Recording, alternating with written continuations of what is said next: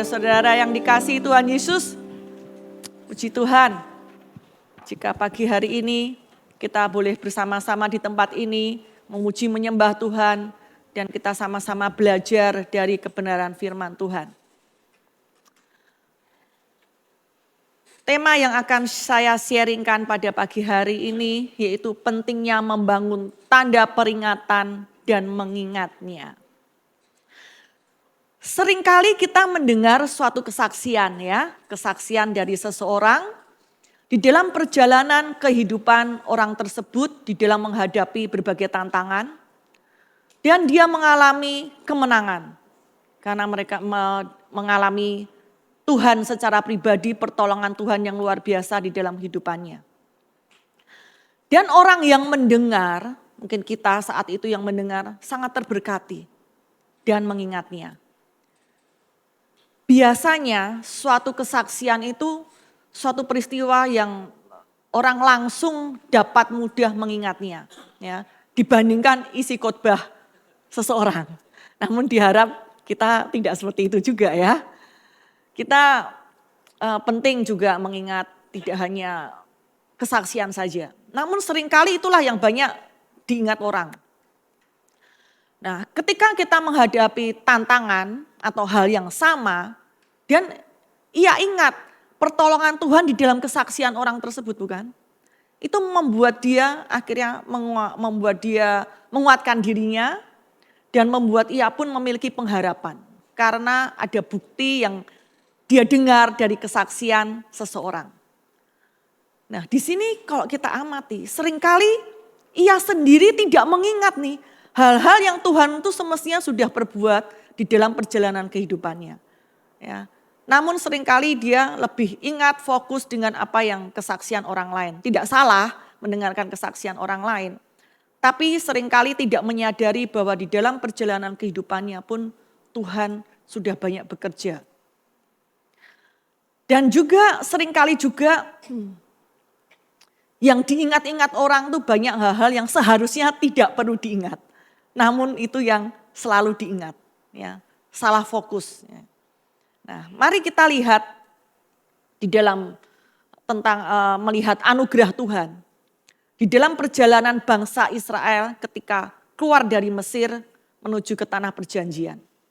Dan kita akan melihat suatu prinsip di dalam ayat yang akan kita baca. Apa yang Tuhan perintahkan di dalam hubungan kita dengan Tuhan di dalam perjalanan kehidupan dari setiap kita masing-masing. Kita akan lihat di Yosua 4 ayat 3 terlebih dahulu kita lihat ini. Di sini firman Tuhan katakan, perintahkanlah kepada mereka demikian, angkatlah 12 batu dari sini, dari tengah-tengah sungai Yordan ini, dari tempat berjejak kaki para imam itu. Bawalah semuanya itu ke seberang dan letakkanlah di tempat kamu akan bermalam nanti malam. Nah, pertanyaannya, untuk apa hal itu diperintahkan Tuhan? Kita lihat ayat berikutnya. Yosua 4 ayat 6 dan 7. Supaya ini menjadi tanda di tengah-tengah kamu. Jika anak-anakmu bertanya di kemudian hari, apakah artinya batu-batu ini bagi kamu? Maka haruslah kamu katakan kepada mereka, bahwa air sungai Yordan terputus di depan tabut perjanjian Tuhan. Ketika tabut itu menyeberangi sungai Yordan, air sungai Yordan itu terputus. Sebab itu batu-batu ini akan menjadi tanda peringatan bagi orang Israel untuk selama-lamanya. Jadi Tuhan meminta mengangkat 12 batu itu sebagai tanda peringatan. Dan ada maksud tujuan Tuhan memerintahkan hal itu. Yaitu untuk mengingat. Mengingat apa? Ketika tabut itu menyeberang sungai Yordan, air sungai Yordan terputus. Kita akan lihat terlebih dahulu. Apa itu tabut perjanjian? Di sini kita tahu bahwa kita akan lihat di ayat berikutnya. Haruslah kau letakkan tutup pendamaian itu di atas tabut, dan dalam tabut itu engkau harus menaruh roh hukum yang akan kuberikan kepadamu. Dan di sanalah aku akan bertemu dengan engkau. Dan dari atas tutup pendamaian itu, dari antara kedua kerup yang di atas tabut itu, aku akan berbicara dengan engkau tentang segala sesuatu yang akan kuperintahkan kepadamu untuk disampaikan kepada orang Israel. Dari sini kita tahu bahwa tabut perjanjian itu adalah di mana Tuhan hadir bertemu dengan bangsa Israel melalui imam. Dan Tuhan berbicara, menuntun dengan memerintahkan apa yang harus mereka lakukan. Nah, dengan kehadiran Tuhan, tuntunan Tuhan, bangsa Israel ini dapat melihat perbuatan-perbuatan Tuhan yang ajaib. Sehingga sungai Yordan itu terputus. Jadi, dari hal ini kita bisa melihat tanda peringatan itu ada maksud dan tujuan Tuhan, yaitu Tuhan mau mengingat anugerah Tuhan, yaitu kehadiran Tuhan, tuntunan apa yang diperintahkan Tuhan, dan perbuatan-perbuatan Tuhan yang ajaib ketika menolong mereka. Nah, sekarang apa pengaruh atau dampak dari mengingat hal tersebut? Kita akan lihat di Hakim-Hakim 2 ayat 7. Di sini dikatakan, dan bangsa itu beribadah kepada Tuhan sepanjang zaman Yosua dan sepanjang zaman para tua-tua yang hidup lebih lama daripada Yosua. Dan yang telah melihat segenap perbuatan yang besar yang dilakukan Tuhan bagi orang Israel. Dengan adanya tanda peringatan itu untuk mengingat anugerah Tuhan, kehadiran Tuhan, mengingat perbuatan-perbuatan Tuhan yang ajaib, membuat mereka itu selalu ingat pada Tuhan. Sehingga mereka tetap beribadah pada Tuhan. Jika kita lihat, nanti baca di rumah ya, di sini tidak saya cantumkan, di kitab Yosua ayat 24, Yosua 24 ayat 1 sampai 28 nanti bisa dibaca. Yosua itu melakukan apa yang Tuhan perintahkan dengan menceritakan semua asal usul mereka. Dari mulai Terah ayah Abraham dan keturunan-keturunan berikutnya.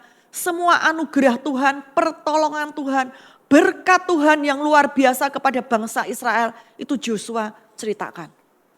Dan kita akan lihat Hakim-Hakim 2 ayat 10 dan 11. Setelah seluruh angkatan itu dikumpulkan kepada nenek moyangnya, bangkitlah sesudah mereka itu angkatan yang lain yang tidak mengenal Tuhan ataupun perbuatan yang dilakukannya bagi orang Israel. Lalu orang Israel melakukan apa yang jahat di mata Tuhan dan mereka beribadah kepada Baal. Di sini kita melihat ya. Namun setelah generasi Yosua dan angkatannya para tua ya, para tua itu semua sudah meninggal, muncul generasi berikutnya dikatakan angkatan ini tidak mengenal Tuhan. Bahkan perbuatan Tuhan yang ajaib yang Tuhan sudah lakukan pun mereka tidak mengetahuinya.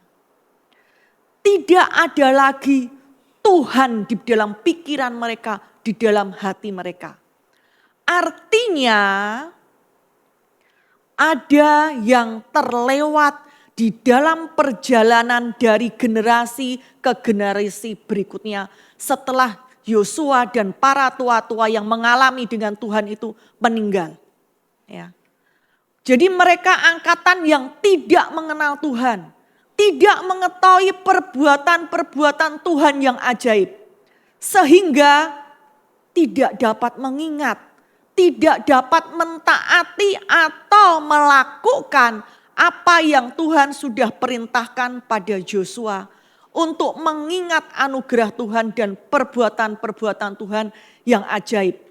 Dan yang membawa mereka keluar dari perbudakan Mesir menuju ke tanah perjanjian. Akibatnya itu semua, mereka melakukan apa yang jahat dengan beribadah kepada Baal. Kita akan melihat berikutnya lagi. Di Ulangan 6 ayat 10 sampai 12.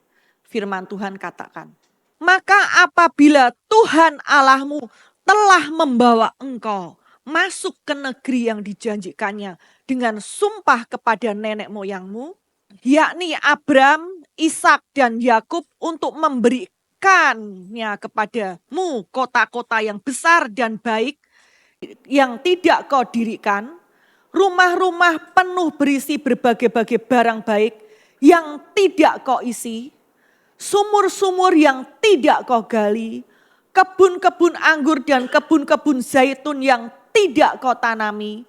Dan apabila engkau sudah makan dan menjadi kenyang, maka berhati-hatilah supaya jangan engkau melupakan Tuhan yang telah membawa kamu keluar dari tanah Mesir, dari rumah perbudakan. Dari ayat ini kita bisa melihat bahwa Tuhan itu setia dan janjinya itu ya dan amin.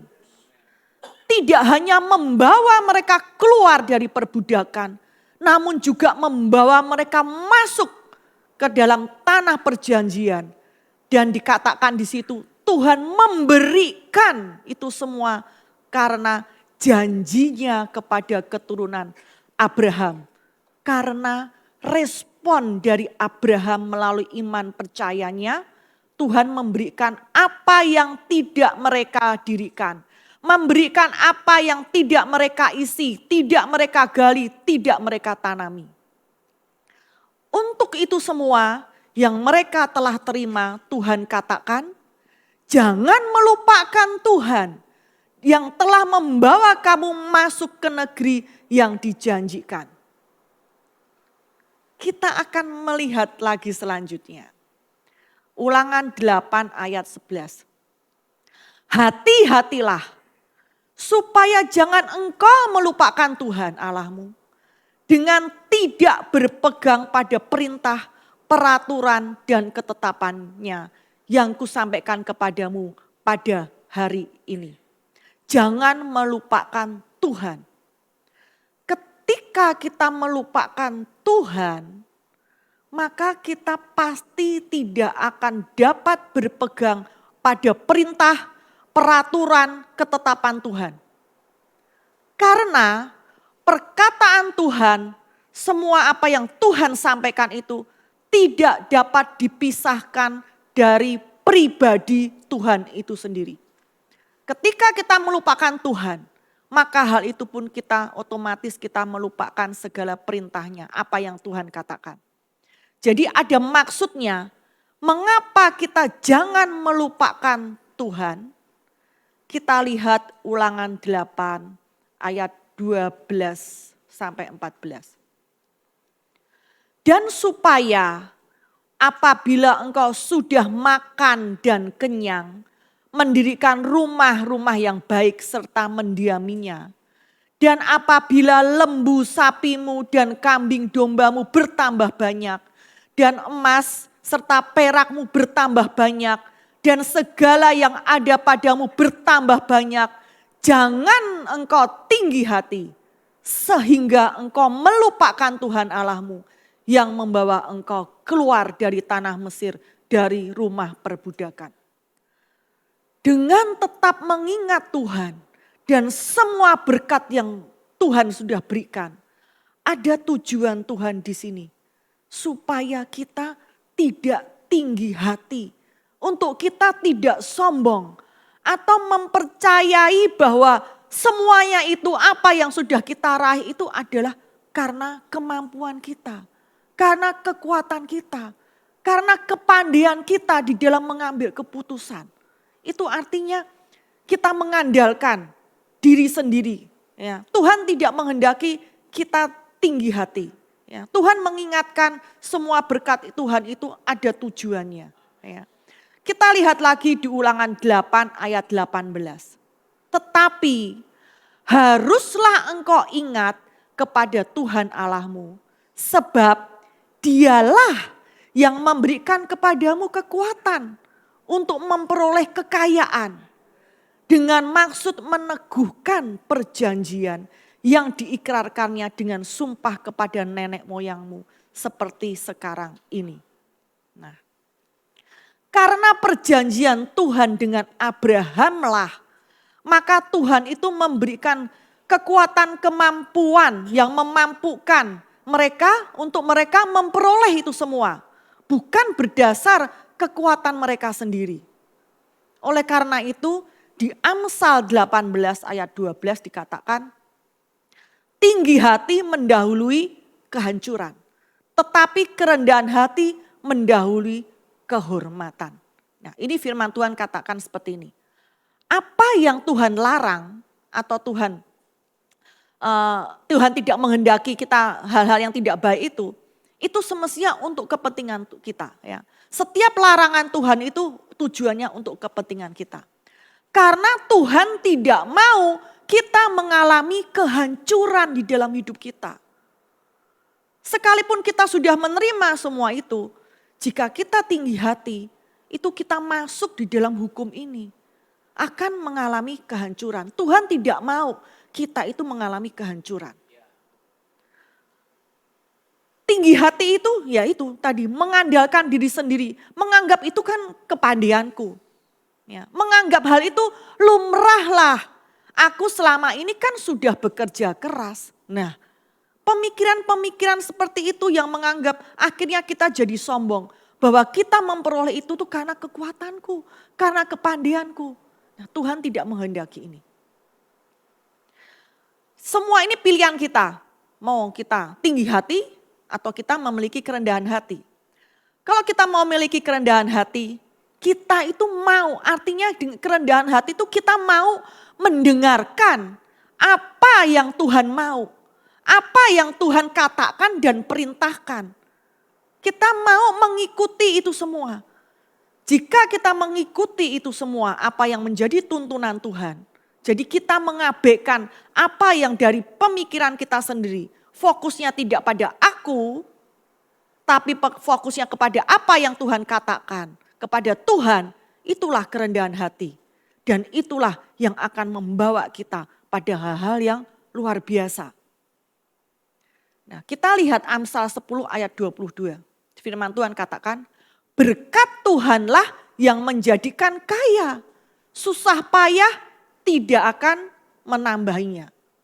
Jadi Tuhan tidak berubah ya. Jadi tidak ada perbedaan Tuhan di Alkitab yang kita baca di Perjanjian Lama maupun Tuhan yang kita baca di Alkitab Perjanjian Baru. Semua itu kita bisa melihat di situ ada anugerah Tuhan bekerja. Mulai dari awal, dari Alkitab sampai akhir itu kita bisa melihat anugerah Tuhan yang luar biasa. Nah, begitu pula seperti halnya dengan bangsa Israel. Oleh anugerah Tuhan mereka dibawa keluar dari Mesir masuk ke tanah perjanjian untuk menerima semua yang Tuhan sudah sediakan. Begitu pula semestinya perjalanan kehidupan kita. Dari perbudakan dosa, oleh anugerahnya kita dibawa masuk menjadi warga negara kerajaan Allah. Seperti yang dikatakan di Kolose 1 ayat 13. Ia telah melepaskan kita dari kerajaan kegelapan dan memindahkan kita pada kerajaan anak-Nya yang kekasih. Itulah kita. Kita menjadi warga kerajaan Allah. Kita menjadi manusia baru. Ya. Tadi kita menyanyikan. Kita dibayar harga yang tinggi. Kita menjadi anak raja. Gitu. Ya. Kita tidak janjian ya dengan pemain musik tim praise and worship. Tapi lagu-lagunya ini tadi saya benar-benar melihat, wow ini menunjang sekali luar biasa dengan apa yang firman Tuhan yang saya sampaikan ini. Kita menjadi anak raja. Itu hal yang luar biasa. Itulah posisi kita. Setelah kita dibawa masuk sebagai warga negara kerajaan Allah. Sebagai manusia baru. Kita menerima satu paket lengkap keselamatan. Yang menyediakan segala kebutuhan roh, jiwa, dan tubuh kita. Yang semuanya itu kita tidak upayakan. Ketika ketika kita merespon anugerah tersebut dengan iman percaya kita. Seperti yang dilakukan Abraham. Respon Abraham kepada Tuhan. Di Efesus 1 ayat 3 dikatakan, terpujilah Allah dan Bapa Tuhan kita Yesus Kristus, yang dalam Kristus telah mengaruniakan kepada kita segala berkat rohani di dalam surga. Selain itu tidak hanya bangsa Israel saja ya yang menerima berkat atas keturunannya, atas anak cucu. Kita lihat di Mazmur 37 ayat 25. Dahulu aku muda, sekarang telah menjadi tua. Tetapi tidak pernah kulihat orang benar ditinggalkan. Atau anak cucunya meminta-minta roti. Ini janji Tuhan. Orang benar di sini righteousness. Orang yang sudah dibenarkan menerima kebenaran dirinya Allah. Ya, menerima kebenaran diri Allah. Itu bagi kita semua yang sudah lahir baru. Memiliki kebenaran diri Allah sudah dibenarkan. Sama seperti Abraham ketika merespon dengan iman percaya. Tentunya apa yang kita sudah dapatkan dari anugerah Tuhan itu, kita tidak melupakan untuk kita memberitahukan hal tersebut kepada anak cucu generasi berikutnya. Untuk mereka pun dapat mengalami secara pribadi. Bukan sekedar mereka beragama karena lahir dari kita yang Kristen. Lahir dari orang tua Kristen. Mau tidak ada pilihan harus ikut ke gereja. Namun hendaklah hal ini kita beritahukan ke mereka. Ya. Banyak orang tua yang sukses men-sharingkan tahu ini kesuksesannya, mungkin cara-caranya itu. Namun jangan lupa bahwa hal itu semua bukan dengan cara-cara keahlian kita di dalam mengelola suatu perusahaan. Namun itu semua karena anugerah. Semua itu hikmat juga dari Tuhan. Dan hal ini pula lah yang harus kita bagikan kepada anak cucu kita. Tidak hanya yang secara teori-teori berdasar keahlian-keahlian pengetahuan dunia. Itu hanya mengikuti saja. Ya, Tuhan akan pimpin, tuntun melewat pengetahuan-pengetahuan tersebut. Namun tadi firman Tuhan katakan berkat Tuhanlah yang menjadikan kaya. Hal itu prinsip penting yang harus kita bagikan. Kita harus membangun menara peringatan di dalam pikiran kita tentang perbuatan Tuhan yang ajaib di dalam kehidupan kita. Sehingga kita dapat menceritakan kepada anak cucu kita, mereka mendengar dan mengingatnya. Ya. Nah, hal ini kita lakukan di dalam setiap keluarga kita. Tidak hanya setiap keluarga, juga di dalam komunitas ini. Oleh karena itu gereja ini kita sedang mempersiapkan generasi-generasi berikutnya. Dari kids, teen, youth, generasi yang selalu mengingat Tuhan. Dan apa yang Tuhan telah perbuat di dalam kehidupan orang tua mereka, keluarga mereka, kakak-kakak pembina mereka di gereja, di komunitas ini. Bahkan mereka sampai mereka mengalami secara pribadi perjumpaan dengan Tuhan, mengalami lahir baru. Dan mereka menjadi generasi-generasi yang luar biasa. Itu semua tidak lepas dari prinsip kebenaran firman Tuhan ini. Dan itu dampaknya tidak hanya di keluarga, karena itu inti keluarga, komunitas, bahkan itu ke bangsa. Kalau kita tidak memahami ini, kita akan kehilangan generasi kita. Dan itu akan berdampak ke bangsa kita ke masa depan. Ini prinsip Tuhan sudah tanamkan di bangsa Israel, hal yang luar biasa berjalan di dalam anugerah Tuhan. Ya. Pentingnya membangun menara peringatan di pikiran kita dan mengingatnya. Kalau perlu kita tulis itu jurnal di dalam kehidupan kita. Pertolongan-pertolongan Tuhan yang luar biasa. Kita lihat Ulangan 7 ayat 18. Maka janganlah engkau takut kepada mereka, ingatlah selalu apa yang dilakukan Tuhan Allahmu terhadap Firaun dan seluruh Mesir. Nah, dikatakan ingat selalu. Ya, di King James Version dikatakan ingat baik-baik. Dengan kita selalu mengingat apa yang telah Tuhan lakukan, akan berpengaruh untuk kita tetap fokus pada Tuhan. Membuat kita tidak takut, tetap mempercayai Tuhan di dalam menghadapi berbagai tantangan yang kita hadapi di dalam perjalanan kehidupan kita selanjutnya. Ini kan untuk bangsa Israel, untuk tetap mengingat, jangan lupa apa yang sudah Tuhan tolong. Ketika dia menghadapi Firaun, betapa ketakutannya mereka. Namun mereka melihat, mengalami secara pribadi perbuatan Tuhan yang ajaib. Kita lihat Ratapan 3 ayat 22 sampai 23.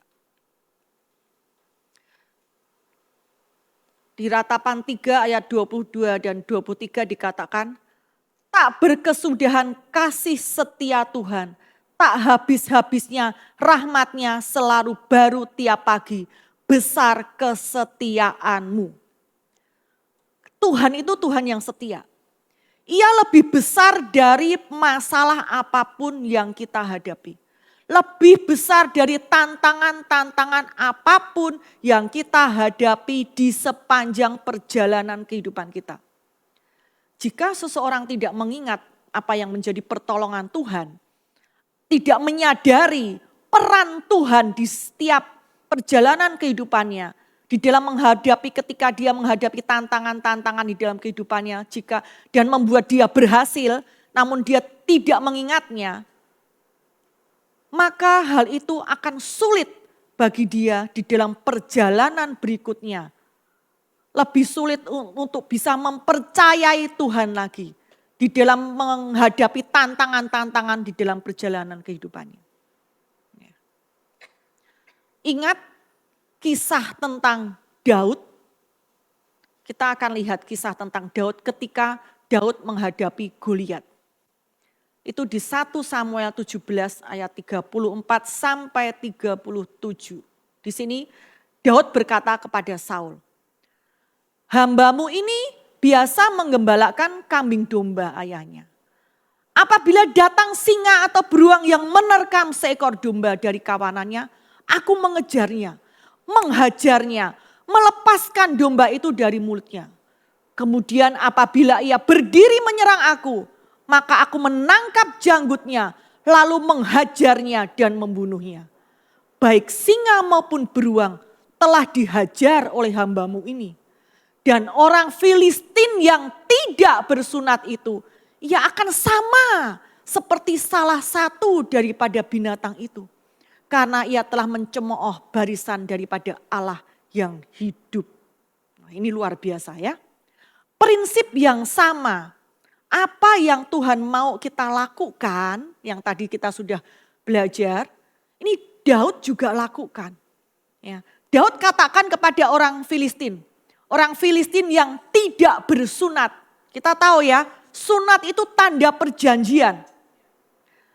Tanda perjanjian dengan Allah. Artinya Daud selalu mengingat bahwa aku ini memiliki perjanjian dengan Tuhan. Sedangkan bangsa Filistin ini tidak memiliki perjanjian dengan Tuhan.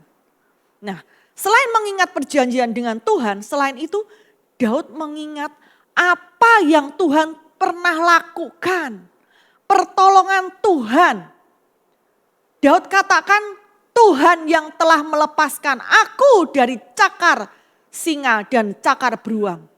Daud tidak mengatakan karena itu kekuatan ototku. Karena itu kekuatanku sehingga aku dapat mengejar, menangkap janggut singa, menghajar dan membunuh. Sehingga singa dan beruang itu dapat aku kalahkan. Tidak. Daud tidak mengatakan hal itu. Yang Daud ingat adalah Tuhan yang telah melepaskan aku dari cakar singa dan cakar beruang. Sehingga muncul pengharapan dan percaya bahwa Tuhan yang aku sembah, Tuhan yang setia. Tuhan yang tidak pernah ingkar janji. Percaya akan kasih setia Tuhan. Tuhan yang sama juga yang akan melepaskan aku dari tangan orang Filistin. Itu yang apa yang Daud fokuskan di dalam kehidupannya. Mazmur 100 ayat 5 dikatakan, Sebab Tuhan itu baik. Kasih setianya untuk selama-lamanya. Dan kesetiaannya tetap turun-temurun. Ini janji Tuhan yang luar biasa. Dengan mengingat segala kebaikan Tuhan di dalam perjalanan kehidupan kita. Akan mengingatkan kita bahwa kasih setia Tuhan itu untuk selama-lamanya. Bahkan turun-temurun. Sehingga kita memiliki pengharapan. Akan berhasil melewati masa-masa sulit. Di dalam menghadapi berbagai tantangan di dalam perjalanan kehidupan kita ke depan. Ingatlah Tuhan dan segala pertolongannya. Begitu pula dengan saya dan saudara. Terus mengingat pertolongan Tuhan. Apa yang Tuhan pernah lakukan di dalam perjalanan kehidupan kita. Jadikan itu menara peringatan. Bukan berarti kita menepis tidak perlu mengingat firman Tuhan. Bukan ya. Jadi jangan salah tangkap. Firman Tuhan hal yang utama ya. Itu satu kesatuan ya. Firman Tuhan yang utama. Ketika kita mengingat Tuhan, firman Tuhan itu tidak lepas. Tadi saya sudah katakan ya. Itu penting sekali di dalam perjalanan kehidupan kita.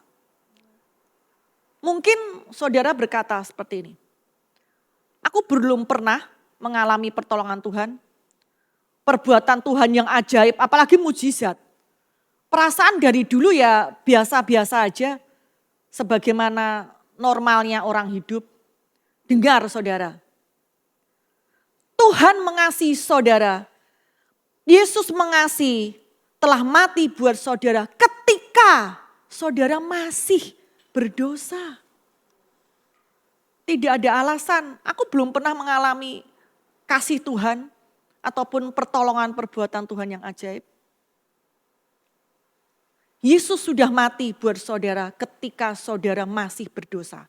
Pertanyaannya, apakah saudara sudah merespon anugerah yang Tuhan sudah berikan dengan iman percaya? Jika saudara sudah lahir baru, namun juga masih berpikir hal yang sama. Mana perbuatan Tuhan yang ajaib di dalam hidupku? Tuhan membiarkan aku sendiri. Aku tidak mengalami perubahan di dalam hidupku. Aku sudah baca firman, aku sudah begini. Nah ini. Banyak yang fokusnya akhirnya apa? Apa yang dia lakukan? Aku sudah baca firman, Pak Dolfi. Saya sudah mendeklarasikan loh Pak Dolfi. Saya sudah akhirnya kembali ke aku. Salah fokus lagi. Ya. Kita juga harus mengingat bahwa ketika kita sudah lahir baru, itu bagaimana sih ketika kita lahir baru? Anugerah Tuhan diberikan, kita merespon kan dengan iman percaya kan. Ketika itu coba kok kita flashback. Mungkin kita mengalami lahir baru ketika banyak tantangan, banyak semua. Atau seseorang jatuh dalam dosa akhirnya sudah angkat tangan kewalahan dengan perbuatan dia. Ketika kita lahir baru menerima Yesus sebagai Tuhan dan Juru Selamat saat itu. Kita kan gak mempedulikan itu semua kan. Kita gak mempedulikan aku harus ngapain, aku perbuat ini. Enggak. Cuma kita dengan hati terbuka. Ya Tuhan, aku mengaku dengan mulut Engkau ada Tuhan dan percaya dalam hati. Kita enggak memikirkan semua apa-apa. Cuma percaya. Nah ini anugerah kita respon dengan iman. Cukup itu, kita kan lakukan itu. Namun mengapa ketika di dalam perjalanan kehidupan kekristenan kita enggak mengingat itu lagi. Mempercayai, merespon iman percaya kita. Namun kita fokusnya dengan ditambahi hal yang lain. Padahal kita tahu semua yang disediakan itu di dalam satu paket lengkap ketika kita percaya, ketika lahir baru itu sudah diberikan. Ketika lahir baru itu kan kita merespon dengan iman percaya. Udah percaya, tidak ada embel-embel yang lain. Kita sudah menerima itu. Namun kita enggak memahami ini, enggak ngeh gitu. Ya, enggak mengingat bahwa aku menerima itu dengan merespon dengan iman percaya. Ketika dalam perjalanan di dalam kehidupan kita menghadapi itu, kita lupa ini, nggak mengingat ini lagi. Sehingga kita berjalan mengandalkan kekuatan kita. Dengan melakukan, aku sudah deklarasi firman, aku sudah begini, fokusnya ke tindakan-tindakan kita. Tidak salah di kita mendeklarasikan firman, kita dengan berbahasa lidah, kita melakukan itu tidak salah. Namun fokusnya bukan ke tindakan itu, ke melakukan itu, suatu formula itu, tidak.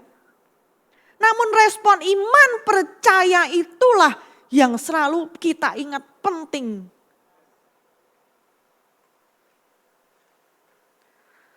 Kalau yang sudah lahir baru masih menganggap Tuhan membiarkan sendiri, ya, karena banyak yang saya dengar seperti itu.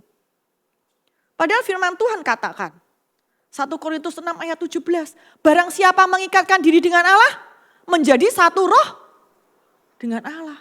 Satu roh loh, dia di dalam saya dan saudara, makanya tubuh kita disebut bait Allah.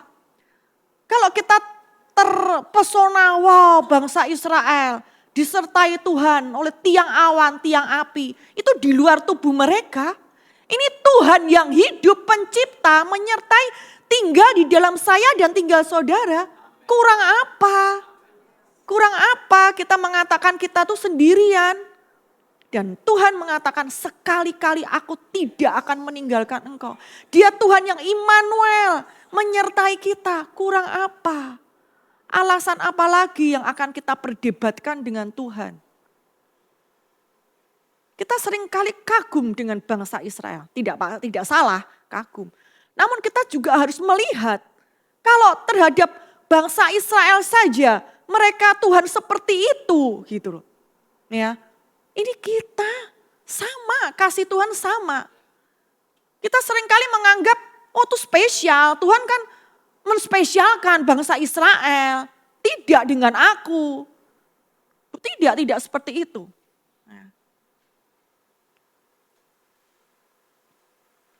Kita sudah menerima semua apa yang Tuhan sudah sediakan.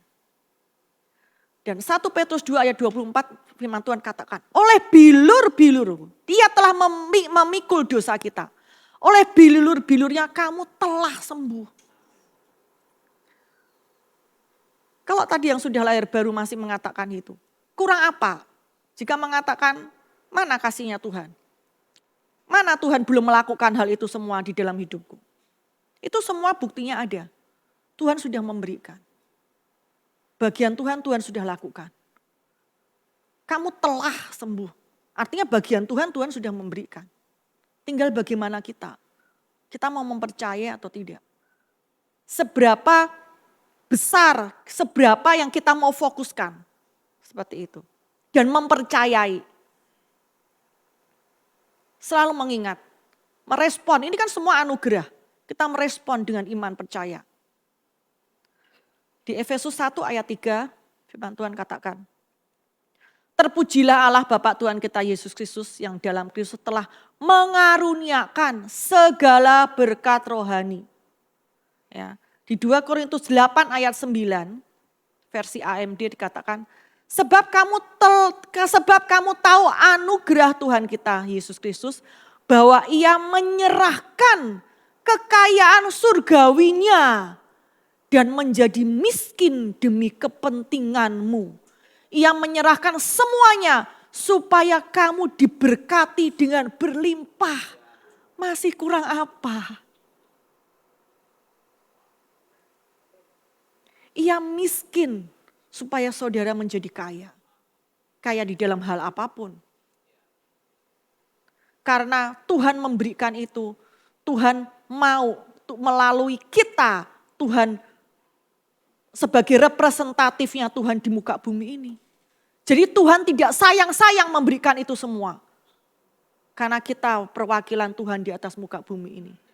Rancangan Tuhan tidak berubah di dalam kehidupan setiap kita. Nah, bukankah semuanya itu yang kita sudah lihat itu semuanya adalah harta yang berharga. Yang sudah diberikan kepada kita. Yang kita semestinya sudah memiliki. Itu semua ada di dalam roh kita. Tidak hanya untuk kehidupan di dunia ini saja yang Tuhan sudah berikan ini. Dan ini berdampak juga di dalam kekekalan. Oleh karena itu, Yesus katakan di Lukas 22 ayat 19. Lalu ia mengambil roti, mengucap syukur, memecah-mecahkannya. Dan memberikannya kepada mereka, katanya, inilah tubuhku yang diserahkan bagi kamu. Perbuatlah ini menjadi peringatan akan aku. Hal yang sama Tuhan minta untuk kita mengingat semua apa yang Tuhan sudah lakukan dan selesaikan dengan kematiannya di atas kayu salib dan kebangkitannya. Finish itu untuk saya dan saudara. Prinsip ini dari awal sampai akhir semua tidak berubah yang Tuhan berikan. Jika kita baca di perjanjian lama apa yang bangsa Israel alami sampai ke kita yang berada di bawah ikatan perjanjian baru. Dan kita sekarang ini berkumpul ibadah di hari Minggu. Hari Minggu ini juga merupakan peringatan, mengingat, merayakan apa yang Yesus sudah bangkit dari kematian. Yesus bangkit pada hari Minggu, kita beribadah merayakannya di hari Minggu. Untuk peringatan apa yang Yesus sudah lakukan. Jadi tidak hanya sekedar kita tahu dan akhirnya jadi suatu rutinitas tanpa makna. Namun hal ini benar-benar untuk mengingat Yesus dan karya penebusannya. Iman kita yang dibangkitkan melalui mengingat apa yang Yesus telah lakukan bagi kita.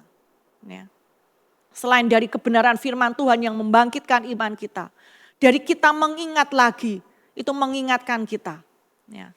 Jika kita memahami dan mempercayai sehingga, ya, saya ulangi lagi, dengan kita memahami ini semua dan mempercayainya, sehingga kita dapat mengucap syukur itu keluar dari hati kita.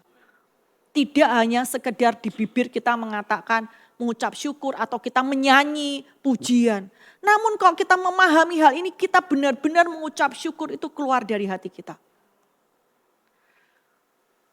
Kenangan apa yang Tuhan sudah lakukan itu batu peringatan seperti yang bangsa Israel Tuhan untuk didirikan.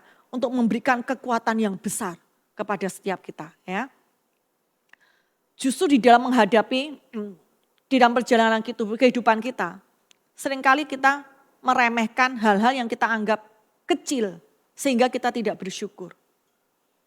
Justru kita harus mensyukuri itu segala sesuatu itu Tuhan mulai dari hal yang kecil-kecil. Ya. Kalau kita tidak menganggap, meremehkan hal itu bukan karena hal yang baik kita terima itu bukan karena Tuhan, ketika kita menghadapi tantangan hal yang besar, kita sulit mempercayai mana mungkin Tuhan dapat membawa aku pada kemenangan. Karena dari hal-hal kita mensyukuri hal-hal yang kecil itu yang perlu kita ingat. Kita lihat Mazmur 103 ayat 2. Pujilah Tuhan hai jiwaku dan janganlah lupakan segala kebaikannya. Segala kebaikannya. Ya. Jadi kita bisa melihat hubungannya. Ketika kita mengingat segala kebaikan Tuhan, maka kita pun dapat memuji Tuhan. Tanpa kita mengingat, tidak mungkin kita dapat mengucap syukur dan dapat memuji Tuhan. Nah, mengingat ini bagian dari pikiran dan itu berhubungan dengan hati kita. Karena pikiran itu bagian dari jiwa. Dan roh dan jiwa kita itu ada di hati kita. Dan Mazmur 34 ayat 9 katakan. Kecaplah dan lihatlah betapa baiknya Tuhan itu. Berbahagialah orang yang berlindung padanya. Mazmur ini yang menulis Daud. Ya. Sebelum ia menjadi raja, sebelum Daud menjadi raja. Ketika Daud dikejar oleh Saul. Daud dikejar oleh Saul hendak dibunuh. Namun Daud terus fokus mengarahkan pandangannya pada Tuhan. Untuk mengingat-ingat kebaikan Tuhan. Sehingga dalam kondisi hal yang tidak baik, Daud tetap dapat memuji Tuhan. Kecaplah, artinya rasakan itu. Lihatlah, artinya perhatikan. Memeriksa, ya, perhatikan. Apa yang saudara lihat? Apa yang saudara rasakan? Apa yang saudara perhatikan? Kebaikan-kebaikan Tuhan? Atau masalah yang saudara hadapi? Ketika kita mengecap kebaikan Tuhan, kita benar-benar melihat kebaikan Tuhan, maka kita bisa mengucap syukur. Kita lihat di Filipi 4 ayat 6. Janganlah hendaknya kamu khawatir tentang apapun juga, tapi nyatakanlah segala hal keinginanmu kepada Allah dalam doa dan permohonan dengan ucapan syukur. Ayat ini sudah pernah saya sampaikan ketika saya sharing terakhir beberapa bulan yang lalu. Ya, tentang doa permohonan dengan ucapan syukur. Nah, saya ingatkan lagi tentang ucapan syukur. Ucapan syukur ini kita tidak mungkin dapat benar-benar mengucap syukur. Ada 3 doa, permohonan, ucapan syukur. Tentang doa ini bukan suatu keluhan-keluhan atau curhat masalah, mengungkapkan masalah. Doa ini kita mendoakan hal yang sesuai firman Tuhan. Apa yang firman Tuhan katakan. Ya. Nah, permohonan ini hal-hal yang memang di firman Tuhan katakan untuk kita memintanya. Nah, kemudian ucapan syukur ini yang seringkali berat. Kenapa? Mana mungkin aku bisa mengucap syukur kalau aku sedang menghadapi tantangan.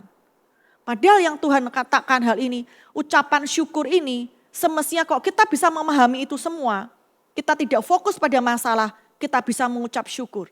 Karena apa? Yesaya 26 ayat 3. Engkau akan menjagai dengan damai sejahtera yang sempurna, yang pikirannya tetap tertuju padamu. Karena kepadamulah ia percaya. Tadi kita nyanyikan juga ya. Kita pikiran kita tertuju kepada Tuhan. Nah, kita dapat memuji Tuhan dalam segala situasi. Ya. Namun kita biasanya tidak untuk setiap situasi kita bisa memuji Tuhan. Saya ulangi ya. Memuji Tuhan di dalam setiap situasi. Namun tidak untuk setiap situasi, dalam setiap situasi dan setiap dalam dan untuk beda. Ya, saya ulangi lagi, memuji Tuhan dalam setiap situasi dan tidak untuk setiap situasi. Ini berbeda. Artinya kita bisa bersyukur memuji Tuhan bukan berdasar situasi yang kita hadapi. Namun situasi apapun, dalam situasi apapun ketika pikiran kita fokus pada Tuhan, mempercayainya, maka kita dapat memuji Tuhan, dapat mengucap syukur, tidak berdasar situasi. Kalau berdasar situasi itu kita mengucap syukur untuk situasi, ya itu orang sulit. Ya, kita tidak bisa melakukan ucapan syukur untuk situasi. Ya, namun kita dapat mengucap syukur dalam segala situasi. Ketika pikiran kita fokus kepada Kristus. Pikiran kita tertuju pada Tuhan. Karena damai sejahtera itu bagian dari buah roh yang sudah ada di dalam kita. Itu tidak di luar kita, tapi di dalam kita. Oleh karena itu damai sejahtera itu semestinya tidak kita ambil dari luar. Untuk membuat misalkan kita mau berlibur, melakukan sesuatu untuk membuat kita damai sejahtera. Tidak bisa. Karena itu bagian dari buah roh yang sudah ada di dalam kita. Sekarang tinggal pikiran kita memfokuskan itu. Fokus kita pada Tuhan yang ada di dalam kita. Segala apa yang Tuhan sudah lakukan. Penebusannya yang sempurna. Nah, firman Tuhan katakan pikiran fokus tertuju pada Tuhan, maka damai sejahtera itu tetap ada di dalam kita. Di dalam perjalanan kehidupan kita. Ya. Dengan adanya menara peringatan di dalam kehidupan kita, kita akan selalu mengingat Tuhan. kasih setianya, perbuatan-perbuatannya yang ajaib, sehingga menghindarkan kita dari kesombongan atau mengandalkan diri sendiri, dan dapat memampukan kita melalui segala tantangan di dalam perjalanan kehidupan kita selanjutnya. Karena kita tahu bahwa Tuhan yang kita sembah, Ia adalah setia.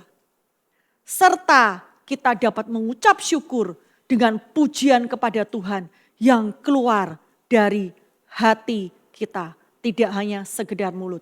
Dengan segenap hati kita bisa memuji Tuhan karena kita memahami hal ini.